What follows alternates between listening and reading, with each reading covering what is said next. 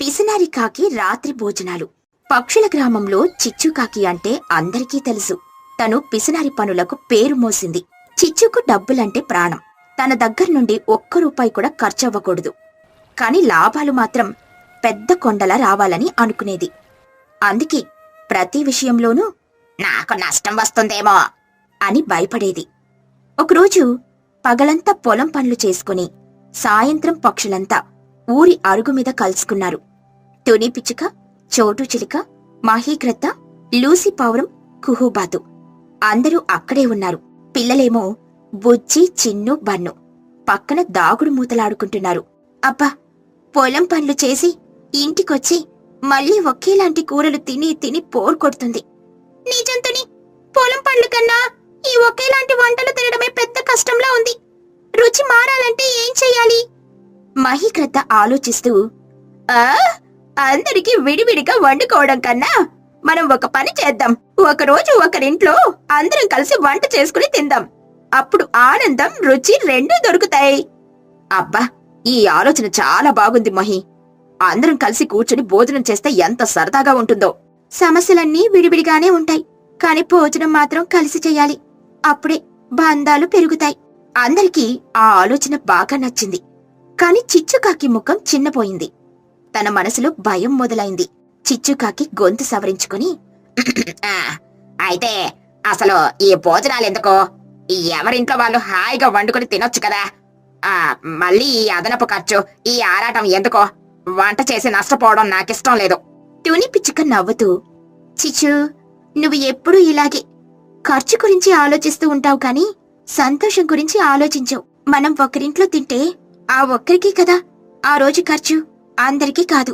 అవును చిచ్చు, అందరం కలిసి ఒకే చోట కూర్చుని భోజనం చేస్తే ఆ సరదాతో మన పొలం పనులు అలసట కూడా పోతుంది. నీకు ఇష్టం లేకపోయినా ఈ రోజు నువ్వు మా మాట వినాల్సింది.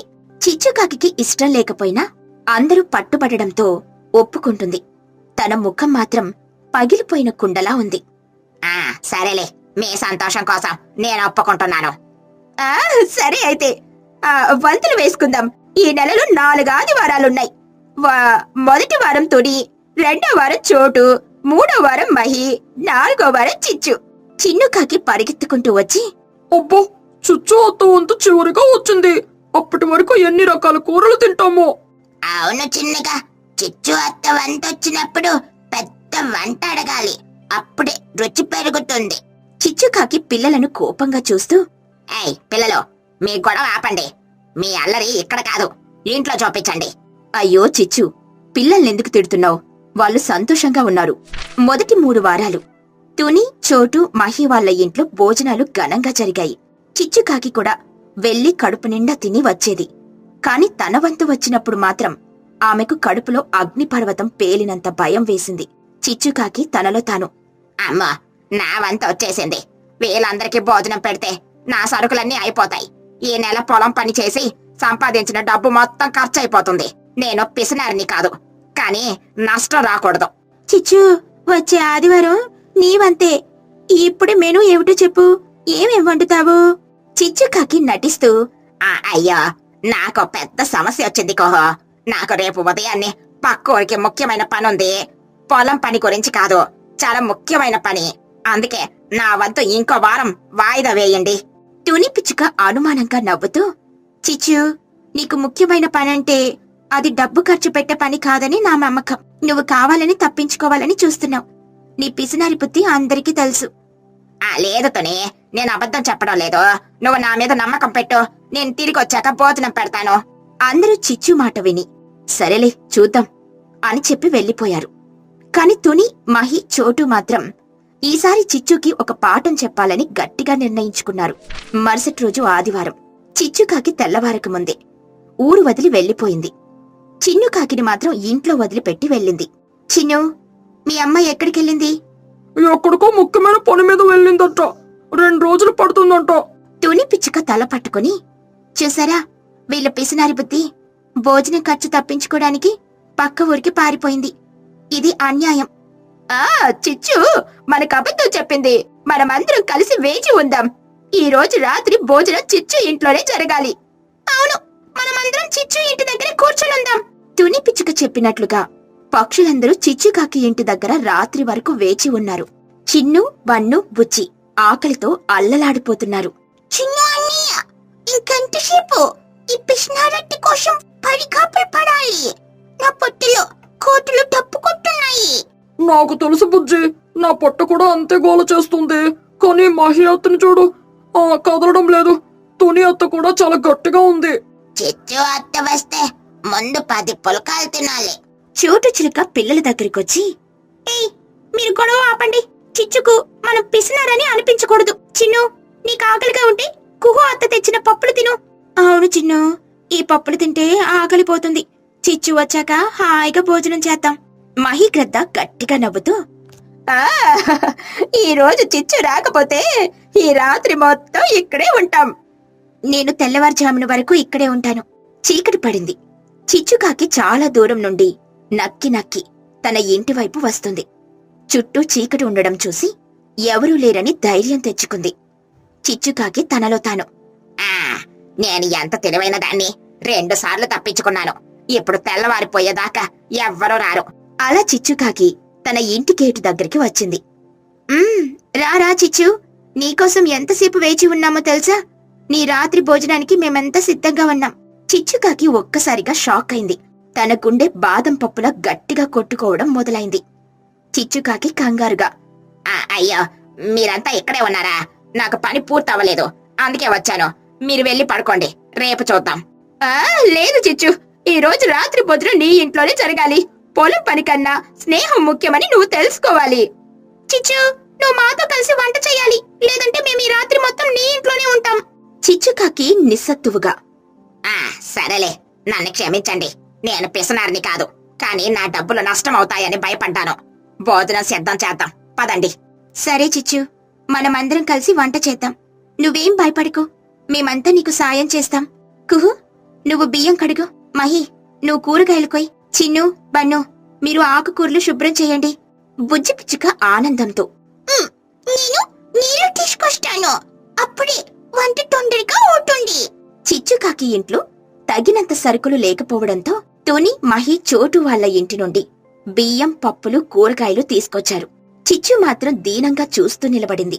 చిచ్చుకాకి సిగ్గుపడుతూ, తుని, నన్ను క్షమించు. నా పిసినారి బుద్ధి వల్ల నేను అబద్ధాలు చెప్పాను. ఇప్పుడు నేనేం చెయ్యాలో చెప్పు. చిచ్చు, నువ్వు చింతపడకు. నువ్వు కూడా మాతో కలిసి వంట చెయ్యి.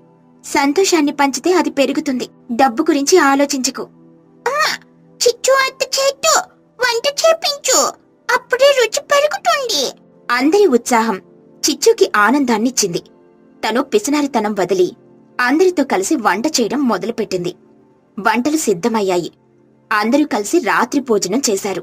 చిచ్చుకు ఆ భోజనం రుచిగా అనిపించింది. చిచ్చుకాకి కళ్ళల్లో నీళ్లతో, నేనే అంత తెలివి తక్కువ దాన్ని. డబ్బులు ముఖ్యం అనుకున్నాను, కాని స్నేహం, సంతోషం ఇంకా ముఖ్యం. నేనికపై పిసనారిని కాదు. నేను నా పిసనారి బుద్ధిని ఈ భోజనంతో పాతి పెడతాను. నిజం చిచ్చు, స్నేహం ముందు డబ్బు చిన్నది. నువ్వు మారడం చూసి మాకు చాలా సంతోషంగా ఉంది. ఇకపై చిచ్చు ఇంట్లో రోజు భోజనం ఉంటుంది. చిచ్చు వండిన కూర తింటే ఆరోగ్యం పెరుగుతుంది. అలా ఆ పిసినారి కాకి తన బుద్ధిని మార్చుకొని అందరితో కలిసి సంతోషంగా జీవించింది. పక్షుల గ్రామంలో బతుకమ్మ పండుగంటే ఎంతో గొప్ప విషయం. 9 రోజులు ఊరంతా పండుగ వాతావరణంతో కలకలలాడుతుంది. మొదటి రోజు నుండి చివరి రోజు వరకు ప్రతి ఇంట్లో పాటలు, నవ్వులు వినిపిస్తాయి. రకరకాల పూలతో తయారు చేసిన బతుకమ్మలు ఊరి మధ్యలో కొలువు తీరుతాయి. మొదటి రోజు ఎంగిలి పూల బతుకమ్మతో పండుగ మొదలవుతుంది. ఆ రోజు పక్షులు పూలు సేకరించి బతుకమ్మలను అందంగా అలంకరిస్తాయి. పిల్లలు పాటలు పాడుతూ బతుకమ్మ చుట్టూ తిరుగుతూ ఆడుకుంటారు. రెండో రోజు అటుకుల బతుకమ్మ, మూడో రోజు ముద్దపప్పు బతుకమ్మ. ఇలా ప్రతిరోజు కొత్త ప్రసాదాలు వండుతారు, కొత్త పాటలు పాడుతారు. అలా రోజులు గడిచే కొద్దీ పండుగ సందడి పెరుగుతూ వచ్చింది. పక్షుల ఊర్లోని పిల్లలందరికీ ఈ 9 రోజులు ఒక కలలా అనిపించాయి. వారు పాటలు పాడడం, పెద్దల దగ్గర కథలు వినడం, కొత్త ప్రసాదాలు తినడం, కొత్త ఆటలు ఆడుకోవడం, ఇలా వారి మనసు ఆనందంతో నిండిపోయింది. ప్రతిరోజు సాయంత్రం రంగుల కాంతులతో మెరిసే బతుకమ్మలు వాటి చుట్టూ తిరుగుతూ పాటలు పాడుతూ నృత్యం చేసే పక్షులతో ఆ ప్రదేశం స్వర్గంలా ఉండేది. ఇప్పుడు పండుగ చివరి రోజు. సద్దుల బతుకమ్మ వచ్చింది. ఈ రోజున సంతోషం రెట్టింపయింది. కాని పండుగ వెళ్లిపోతుందన్న బాధ కూడా అందరిలోనూ కనిపించింది. పెద్దలంతా ఒకచోట చేరి సద్దుల బతుకమ్మ ఏర్పాట్ల గురించి మాట్లాడుకున్నారు. మిత్రులరా, ఈరోజు సద్దుల బతుకమ్మ. సాయంత్రానికి మనం బతుకమ్మలను నదిలో నిమజ్జనం చెయ్యాలి. ఏర్పాట్లన్నీ మొదలు పెడదాం. ఎవరెవరు ఏ పని చేస్తారో చెప్పండి. మహి, ఈ రోజు పనుల కంటే తిండి పనుల గురించి మాట్లాడదాం. నాకు చాలా ఆకలిగా ఉంది. బతుకమ్మ పండుగ అంటే ప్రసాదాలే ప్రసాదాలు. చిచ్చు మాట వినగానే అందరూ నవ్వుకున్నారు. పండుగలో చిచ్చుకి తిండి మీదున్న ఆసక్తి గురించి అందరికీ తెలిసిందే. అయ్యో చిచ్చు, నువ్వెప్పుడు తిండి గురించేనా? ఈ రోజు మన సాయంత్రం తినే సద్దులు కూడా వండాలి కదా. నేను రకరకాల సద్దుల వంటకాలు చేస్తాను. సరే సరే, అందరం కలిసి పనులు చేసుకుందాం. లూసీ, కుహు, మీరు పూలదండలు సేకరించడానికని వెళ్ళండి. సరే సరే, నేను కుహు వెళ్ళి అన్నీ తెస్తాం. కాని దారిలో పానీపూరి బండుంటే కొంచెం ఆగుతాం. కుహుబాతు నవ్వుతూ, పానీపూరి కంటే ఇప్పుడు పూలు అవసరం లూసీ. చింతపడకలోసే, సాయంత్రం నేను నీకు సరిపడా పానీపూరి చేసిస్తానులే. ఇప్పుడు నువ్వెళ్ళు, పూలు తేయడానికి వెళ్ళాలి కదా. పోయి తొందరగా రా. అందరూ తమ పనులలో నిమగ్నమయ్యారు. పిల్లలు మాత్రం బతుకమ్మ దగ్గర ఆడుకుంటూ ఉన్నారు. చిన్నుక, పండుగ బతుకమ్మ వెళ్ళిపోవడం అంటే చాలా బాధగా ఉంది. ఇన్ని రోజులు మనం ఎంత ఆనందంగా ఉన్నాం కదా. అవును బుజ్జి, నాకు కూడా ఏడుపొస్తుంది. కానీ అమ్మ చెప్పింది బతుకమ్మ వెళ్ళిపోతేనే వచ్చే సంవత్సరం మళ్ళీ వస్తుందట. నిజమా? అయినా మనం దాన్ని నిమజ్జనం చెయ్యనివ్వద్దు. మనం బాగా చూసుకుంటామని పెద్దవాళ్లకు చెప్దాం. అది మంచి ఆలోచన. పదండి, వీళ్ళమ్మతో మాట్లాడతాం. పిల్లలంతా పెద్దవాళ్ల దగ్గరికి వెళ్లారు. ఏమైంది పిల్లలు? ఎందుకంత బాధగా ఉన్నారు? అమ్మా, మన బతుకమ్మను వెళ్ళనివ్వద్దు. అది మనతోనే ఉంటే బాగుంటుంది కదా. నిజం, నేను కూడా అలానే అనుకుంటున్నాను. మనమందరం దాన్ని బాగా చూసుకుంటాము. అవునమ్మా, మనతోనే ఉంచండి. అది వెళ్ళిపోతే మళ్ళీ నవ్వులుండవు కదా. పిల్లలు, అలా మాట్లాడకూడదు. బతుకమ్మ వెళ్ళిపోతేనే వచ్చే సంవత్సరం మళ్ళీ వస్తుంది. అప్పుడు మనం ఇంకా గొప్పగా పండుగ జరుపుకుందాం.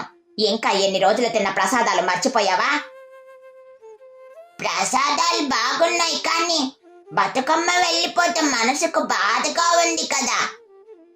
అయ్యో పిల్లలు, ఇది పండుగ ఆచారం రా. ప్రసాదాలు కూడా ఆ పండుగలో భాగమే కదా. పిల్లలు నిరాశగా తిరిగి వెళ్లిపోయారు. అప్పుడు మహిగ్రద్ద ఆ పిల్లల దగ్గరకు వచ్చింది. ఆమె చాలా తెలివైన పక్షి. ఆమెకు అన్ని విషయాలు తెలుసు. పిల్లలు, మీ బాధ నాకు అర్థమవుతుంది. బతుకమ్మ నిమజ్జనం పండుగలో ఒక ముఖ్యమైన భాగం. బతుకమ్మ ఒక దేవత. ఆమె 9 రోజులు మాత్రమే మన దగ్గరకు వస్తుంది. ఆమె తిరిగి వెళ్లేటప్పుడు తన పూల బతుకమ్మలను నదిలో వదలాలి. ఆ పువ్వుల నుండి వచ్చే విత్తనాలను నది గుండా అన్ని చోట్లకి పంపిస్తుంది.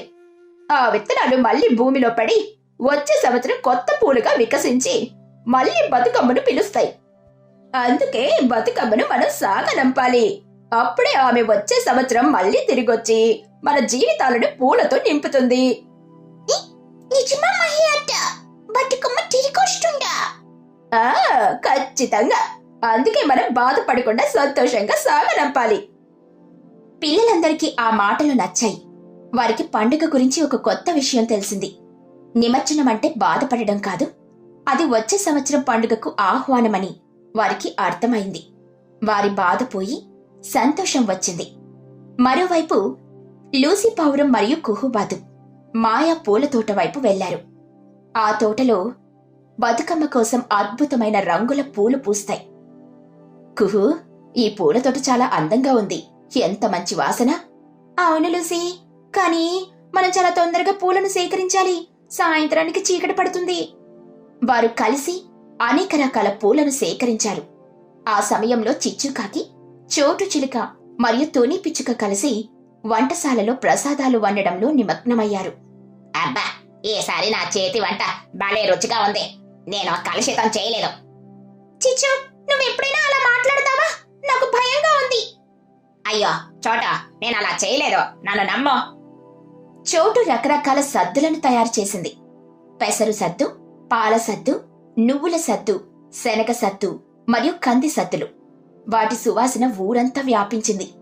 తుని పిచ్చుక తీపి వంటకాలు, పాయసం మరియు రొట్టెలు చేసింది. సాయంత్రమయ్యేసరికి అన్ని పనులు పూర్తయ్యాయి. బతుకమ్మను ఊరి మధ్యలో ఉంచి అందరూ దాని చుట్టూ చేరారు. పిల్లల ముఖాల్లో సంతోషం వెల్లివిరిసింది. మహి చెప్పిన మాటలు వారిలో కొత్త ఆశను నింపాయి. అమ్మా, ఈ బతుకమ్మ చాలా అందంగా ఉంది. నేను పాట పాడతాను. ఓ, నేను కూడా పాడతాను. నేను నాట్యం చేస్తాను. పిల్లలంతా కలిసి బతుకమ్మ పాటను పాడారు. పెద్దలు కూడా వాళ్లతో గొంతు కలిపారు. పాటలు పాడుతూ అందరూ ఆనందంగా బతుకమ్మ చుట్టూ తిరిగారు. పాటల హోరు గ్రామం మొత్తం మారుమ్రోగింది. తరువాత లూసీ పావురం గంభీరంగా అంది, మిత్రులరా, మన బతుకమ్మను ఎత్తుదాం. చాలా జాగ్రత్తగా ఉండాలి. దానిని కింద పడేయకూడదు. అందరూ కలిసి బతుకమ్మలను ఎత్తుకుని నదివైపు బయలుదేరారు. పెద్ద ఊరేగింపు మొదలైంది. మహీగ్రద్దం ముందు నడుస్తుండగా మిగిలిన పక్షులు బతుకమ్మలను భుజాలపై మోస్తూ పాటలు పాడుతూ నదివైపు వెళ్లాయి. నది ఒడ్డున పూలతో అలంకరించిన బతుకమ్మలను మెల్లగా నీటిలో ఉంచారు. అవి నీటిపై తేలుతూ రంగురంగుల దీపాల్లా కనబడ్డాయి. ఆ దృశ్యాన్ని చూసి పక్షులన్నీ ఆనందంగా చప్పట్లు కొట్టాయి. బతుకమ్మలు నిమజ్జనం అయిన తర్వాత పక్షులంతా కలిసి సద్దుల కోసం ఒకచోట చేరారు. చిచ్చుకాకి వండిన పానీపూరి, కుహుబాతు చేసిన సద్దులు, తుని పిచ్చుక చేసిన తీపి వంటకాలు అందర్నీ ఆకర్షించాయి. అందరూ కలిసి హాయిగా తిన్నారు, ఆనందంగా గడిపారు. చూడండి మిత్రులరా, మనమందరం కలిసి ఎంత ఆనందంగా ఉన్నామో. ఇది మన ఐక్యతకు ప్రతీక.